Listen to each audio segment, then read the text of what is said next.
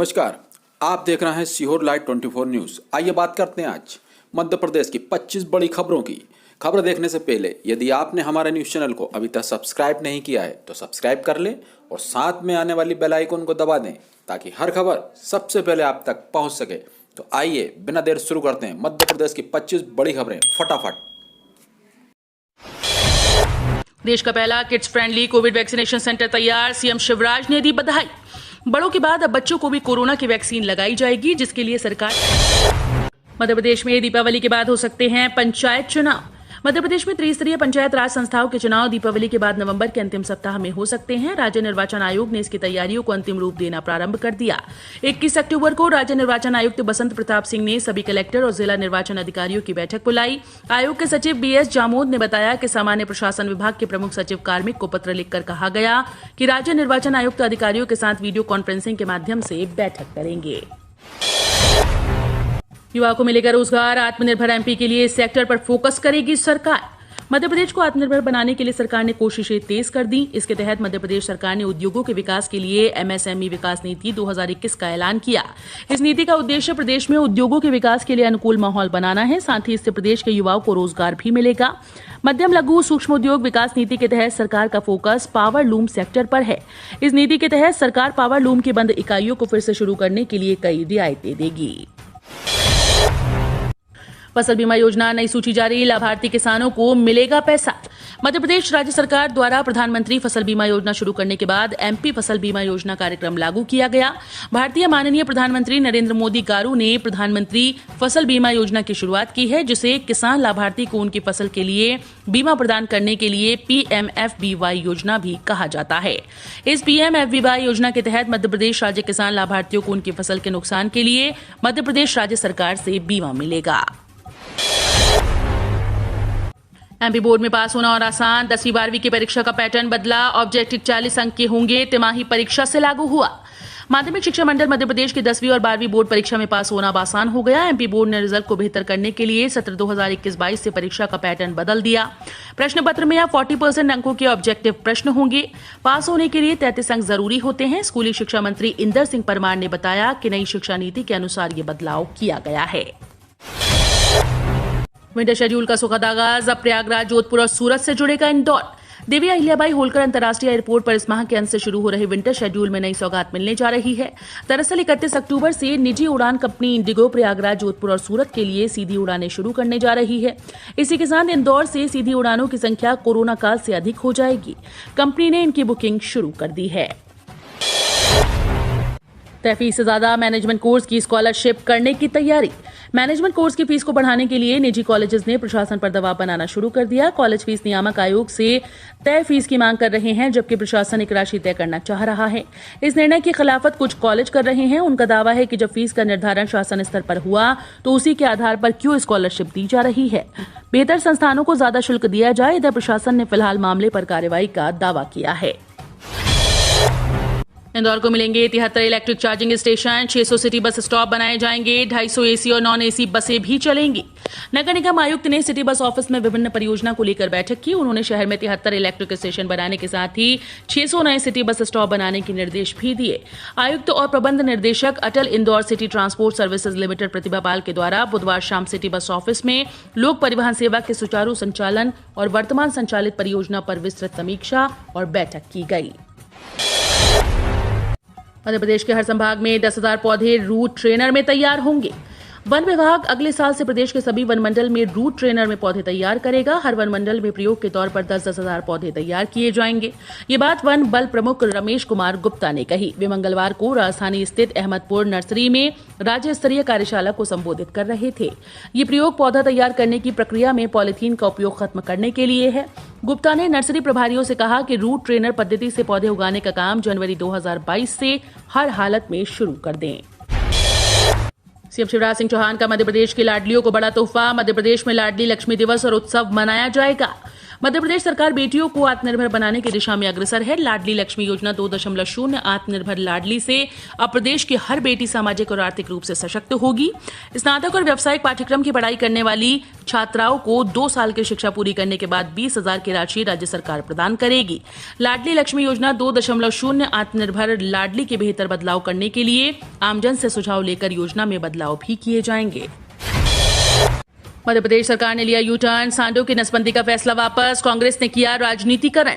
मध्य प्रदेश सरकार सांडों की नसबंदी करने के आदेश पर बैकफुट पर आ गई। शिवराज सरकार ने फैसला वापस ले लिया। मामले पर भोपाल से सांसद प्रज्ञा सिंह ठाकुर के विरोध के बाद राजनीतिकरण हो रहा था, जिसके बाद पशुपालन विभाग ने इसे वापस लिया। सांसद प्रज्ञा सिंह ठाकुर ने सांडों की नसबंदी को प्रकृति के खिलाफ बताया था। इस बाबत साध्वी ने सीएम शिवराज सिंह चौहान से भी अपील की थी कि इस पर रोक लगा दी जाए। बड़ी खुशखबरी, बिना पीएचडी के मिलेगी सहायक प्रोफेसर की नौकरी। जुलाई 2023 तक की अनिवार्यता हटी। असिस्टेंट प्रोफेसर की नौकरी की तैयारी कर रहे उम्मीदवारों को यूजीसी ने बड़ी राहत दे दी है। असिस्टेंट प्रोफेसर भर्ती के लिए पीएचडी की अनिवार्यता जुलाई 2021 तक खत्म कर दी। विश्वविद्यालय अनुदान आयोग ने 12 अक्टूबर 2021 को अपनी आधिकारिक वेबसाइट ugc.ac.in पर नोटिस जारी कर ये सूचना दी। कोरोना वायरस महामारी के चलते यूजीसी ने सहायक प्रोफेसर के लिए पीएचडी की अनिवार्यता को स्थगित करने का फैसला किया है। मध्य प्रदेश में दीपावली के बाद रबी सीजन में बढ़ सकता है बिजली का संकट। प्रदेश में जिस तरह से बिजली की मांग और आपूर्ति में अंतर की स्थिति बन रही है, उससे दीपावली के बाद रबी सीजन के दौरान बिजली का संकट खड़ा हो सकता है। पिछले साल रबी सीजन यानी 15 नवंबर से 15 जनवरी के बीच बिजली की औसत मांग 12,000 मेगावाट से अधिक थी। वहीं 30 दिसंबर 2020 को 15,450 मेगावाट बिजली की अधिकतम मांग दर्ज की गई थी। दरअसल प्रदेश के ताप विद्युत संयंत्रों से उत्पादन क्षमता से आधा ही हो रहा है, जबकि अब मांग तेजी से बढ़ रही है। कमलनाथ 17 से तूफानी दौरे पर, कार्यकर्ताओं को करेंगे एक्टिव, लेंगे शिव की शरण। मध्य प्रदेश में होने वाले उपचुनाव के मद्देनजर प्रदेश के पूर्व मुख्यमंत्री कमलनाथ तूफानी दौरे की तैयारी कर रहे हैं। कमलनाथ 17 अक्टूबर को छतरपुर जिले के खजुराहो पहुंचेंगे। उसके बाद निवाड़ी जिले की पृथ्वीपुर विधानसभा के जेरोन में सभा लेंगे। इस कार्यक्रम के बाद कमलनाथ मंडल सेक्टर बूथ के पदाधिकारियों की बैठक लेंगे और जनसभा को संबोधित करेंगे। जानकारी के मुताबिक 18 अक्टूबर को पूर्व मुख्यमंत्री बुरहानपुर जिले के नेपानगर पहुंचेंगे।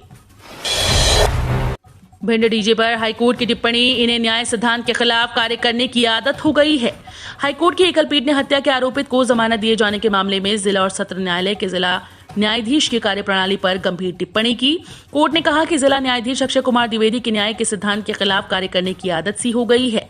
इस मामले को मध्य प्रदेश हाईकोर्ट के चीफ जस्टिस के समक्ष रखा जाए। इस आदेश से जिला न्यायाधीश की मुश्किल बढ़ सकती है। 1/4 रह गया सोयाबीन का दाम। देश के 2 सबसे बड़े सोयाबीन उत्पादक राज्यों में किसानों को लगी भारी आर्थिक चोट। न्यूनतम समर्थन मूल्य से भी नीचे आ गया है दाम। केंद्र सरकार ने पोल्ट्री कारोबारियों को राहत देने के लिए 16 अगस्त को 12 लाख टन सोया मिल इंपोर्ट की अनुमति दी थी। इससे पहले सोयाबीन का दाम 10 से 11,000 रुपए प्रति क्विंटल था। इंपोर्ट का आदेश जारी होने के बाद बाजार औंधे मुंह गिरता चला गया। हालात ये है कि इसके सबसे बड़े उत्पादक मध्य प्रदेश में सोमवार को इसका न्यूनतम दाम घटकर 2400 रुपए रह गया है। स्टेट बैंक ने निकाली प्रोबेशनरी ऑफिसर की 2056 वैकेंसी। 25 अक्टूबर तक ऐसे कर सकते हैं आवेदन। भारतीय स्टेट बैंक प्रोबेशनरी ऑफिसर पद के लिए बंपर वैकेंसी निकली है। बैंक पीओ भर्ती के लिए तैयारी कर रहे युवाओं के लिए एक सुनहरा अवसर है।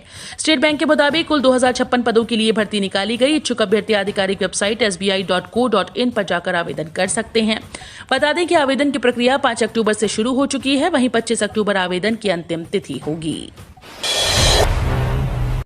वेस्टर्न कोलफील्ड्स लिमिटेड में 211 पदों पर निकली भर्ती। कैंडिडेट्स के लिए 20 नवंबर 2021 से आवेदन की अंतिम तारीख। वेस्टर्न कोलफील्ड्स लिमिटेड ने माइनिंग सरदार और सर्वेयर पद पर भर्ती का नोटिफिकेशन जारी कर दिया। यहां कुल 211 खाली पदों पर भर्ती निकाली गई। उम्मीदवार ऑफिशियल वेबसाइट वेस्टर्न coal.in पर जाकर ऑनलाइन 21 अक्टूबर 2021 से आवेदन कर सकते हैं। इन पदों के लिए 20 नवंबर 2021 आवेदन की आखिरी तारीख है। सिलेक्शन टेस्ट की जरूरी जानकारी जैसे वेन्यू, तारीख और समय आदि योग्य आवेदकों की रजिस्टर्ड ईमेल आईडी या ऑफिशियल वेबसाइट के माध्यम से दिया जाएगा। भारतीय रेलवे बनाएगा इंदौर खंडवा के बीच 6 किलोमीटर लंबी रेल टनल। लंबे समय से रेल मंडल में चल रही रतलाम महू खंडवा रेल प्रोजेक्ट के गेज परिवर्तन कार्य में तेजी आई है। अब योजना में टेंडर की तैयारी चल रही है। योजना 3 चरण में पूरी हो रही है। भारतीय रेलवे महू पाताल पानी कालाकुंड क्षेत्र में 6 किलोमीटर लंबी टनल बनाएगा। इससे 21 किलोमीटर की रेल दूरी बढ़ जाएगी। हालांकि पूरे प्रोजेक्ट में करीब 14 टनल रहेंगी। वर्ष 2021-22 में केंद्रीय बजट में महू खंडवा अकोला बड़ी लाइन परियोजना को सर्वाधिक तवज्जो देते हुए उसके लिए 369 करोड़ रुपए आवंटित किए थे। दशहरे से पहले कर्मचारियों को तोहफा, सैलरी के साथ मिला 17,000 रुपए का बोनस। मोदी सरकार ने 7 पे कमीशन केंद्रीय कर्मचारियों के डीए में 11% की बढ़ोतरी के बाद अब रेलवे कर्मचारियों को बड़ा लाभ दिया। दरअसल दूसरों से पहले उनके खाते में 78 दिन के वेतन के बोनस भेजे जा रहे हैं। इससे देश भर के 11 लाख से अधिक रेलवे कर्मचारियों को लाभ मिला। वित्तीय वर्ष 2020-21 के लिए केंद्रीय मंत्रिमंडल ने सभी योग्य अराजपत्रित रेलवे कर्मियों के लिए 78 दिनों के वेतन की उत्पादकता लिंक्ड बोनस को अधिकृत किया। इस फैसले से लगभग 11.56 लाख अराजपत्रित रेलवे कर्मचारियों और रेलवे सुरक्षा बल, रेलवे सुरक्षा विशेष बल के सदस्यों को छोड़कर सभी अराजपत्रित रेलवे कर्मचारियों को लाभ होने की उम्मीद है। किन किन तरीकों से जमा कर सकते हैं जीवित होने का प्रमाण पत्र? सभी रिटायर्ड कर्मचारियों के लिए अक्टूबर और नवंबर का महीना काफी महत्वपूर्ण होता है। इन्हीं महीनों में पेंशनर को लाइफ सर्टिफिकेट जमा करना होता है, यानी कि पेंशनर जीवित है, इसी लाइफ सर्टिफिकेट को जमा करने के बाद आपकी पेंशन आगे जारी रहती है। कुछ समय पहले सरकार ने 80 वर्ष से अधिक उम्र के रिटायर्ड केंद्रीय कर्मियों को 1 महीने पहले ही यानी 1 अक्टूबर से लाइफ सर्टिफिकेट जमा करने की राहत दी। बड़ी संख्या में हर साल सेंट्रल गवर्नमेंट पेंशनर्स बैंकों में जाकर जीवन प्रमाण पत्र जमा करते हैं, लेकिन अपनी सुविधा के हिसाब से इसे डिजिटल तरीके से भी जमा किया जा सकता है। दिल्ली की मांग से इंदौर में टमाटर सुर्ख, सब्जियों के दाम पड़े नरम। दिल्ली की मांग से इंदौर में टमाटर महंगा हो रहा है। इंदौर थोक मंडी में टमाटर के दामों में गुरुवार को सुर्खी नजर आई, जबकि अन्य सब्जियों के दाम नरम पड़े। बीते समय की बारिश के कारण सब्जियों की फसल खराब होने से सब्जियों के दाम आसमान छूने लगे थे।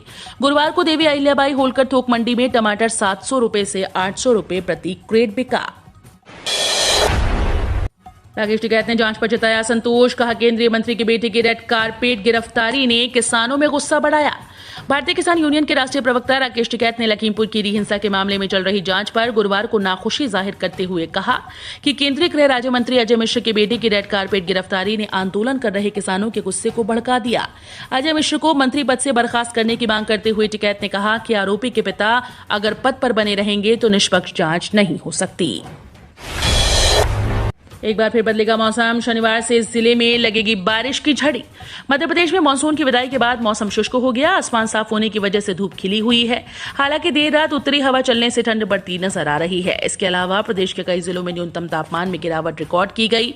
हालांकि मौसम विभाग की माने तो मध्य प्रदेश में एक बार फिर से जल्दी मौसम बदलेगा। शनिवार से प्रदेश में बौछार पड़ने की उम्मीद जताई गई। आरटीओ मंडी और खाद्य विभाग की संयुक्त कार्रवाई, अवैध रूप से बसों में परिवहन की जा रही उपज जब्त। नीमच में प्राइवेट बस स्टैंड से बसों में अवैधानिक रूप से कृषि उपज का परिवहन करते 3 बसों पर संयुक्त कार्रवाई हुई। अजय ट्रेवल्स, जय श्री गणेश ट्रेवल्स और गायत्री बस ट्रेवल्स से अवैधानिक रूप से परिवहन करते हुए कलौंजी, धनिया और अजवाइन जब्त की गई।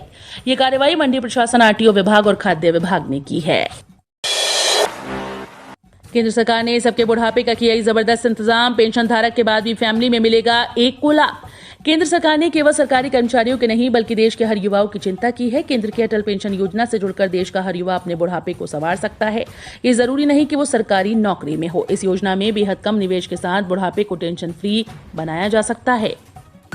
आगे भी न्यूज़ देखने के लिए यदि आपने हमारे न्यूज़ चैनल को सब्सक्राइब नहीं किया है तो सब्सक्राइब कर लें ताकि आगे भी आप हमारी खबरों को देख सकें।